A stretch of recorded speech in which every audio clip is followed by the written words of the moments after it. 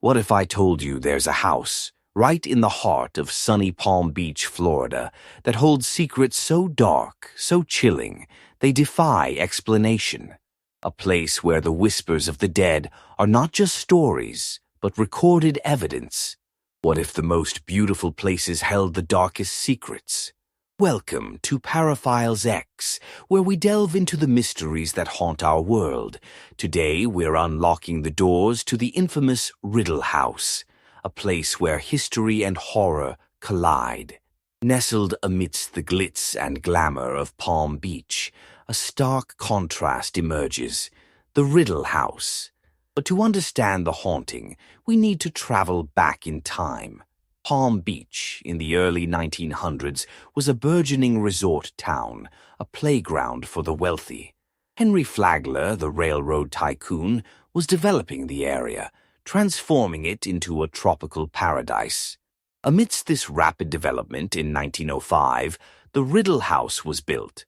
Originally a funeral home known as Gatekeeper's Cottage, it served as the final earthly stop for many before they were laid to rest in Woodlawn Cemetery. It was a necessary, if somewhat somber, part of this growing community. But the Riddle House was more than just a funeral home. Carl Riddle, the original owner, also used it as a residence for the cemetery's caretakers and employees. The house played an important role in the community. But the true story of the Riddle House's haunting only begins there. It is a place with a dark history, a place that has seen more than its share of tragedy, loss, and death.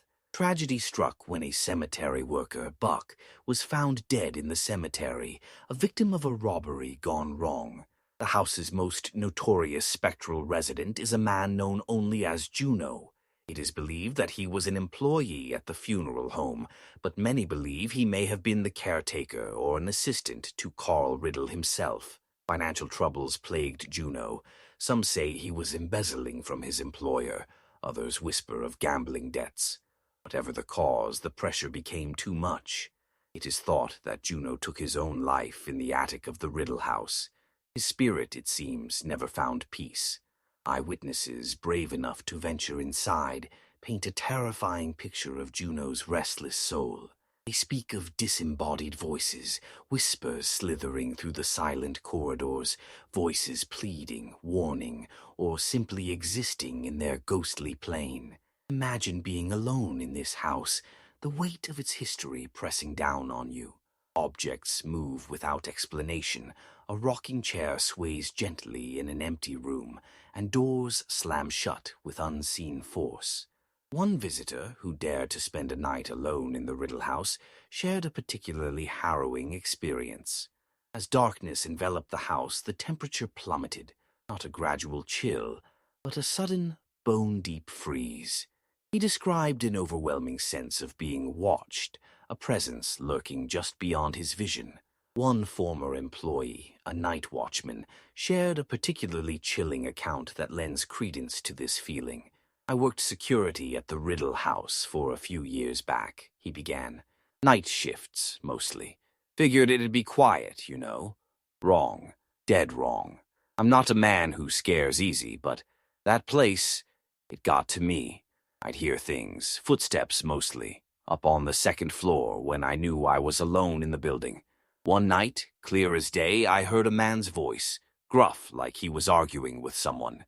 It was coming from the attic. I went up to check, flashlight in hand, heart pounding like a drum. The attic was empty, freezing cold, even for a winter night. But the arguing stopped the second I stepped inside. I felt like I'd interrupted something I wasn't meant to hear. After that, I requested daytime shifts only. Even the cleaning staff weren't immune to the house's unsettling energy. A former cleaning lady recounted her experiences, saying, "I used to clean the Riddle House years ago, before it was fully open to the public. It was just me, most days. At first it was fine, but then I started noticing little things. I'd put a vase of flowers on a table, turn my back, and when I looked again, it would be on the floor, like someone had swatted it off. One time I was vacuuming in the hallway, and I felt a cold breeze, like someone had walked past me, but there was no one there. I kept going, But then the vacuum just died. Wouldn't turn back on. I left it, went to get a broom, and when I came back, the vacuum was running, just sitting there humming. That was it for me. I quit that day.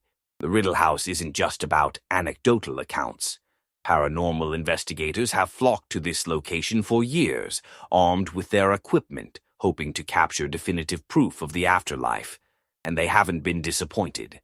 Electronic voice phenomena, or EVPs, recordings that capture voices and sounds beyond the range of human hearing, have yielded bone-chilling results. Paranormal investigators have also corroborated these experiences. One investigator from a seasoned team described their findings. Our team has investigated the Riddle House multiple times. It's one of the most active locations we've ever encountered. On our first investigation, we were setting up our equipment in the parlor, and we all heard a loud crash from upstairs. We rushed up there, but all the rooms were empty. Then, on our audio recorders, we picked up a man's voice whispering right next to one of our microphones. It said, "Leave now." We've captured numerous EVPs in the house, mostly in the attic and the master bedroom. We've also documented significant temperature fluctuations, cold spots that move around, and unexplained shadows. One of our team members even felt a hand on their shoulder during an investigation.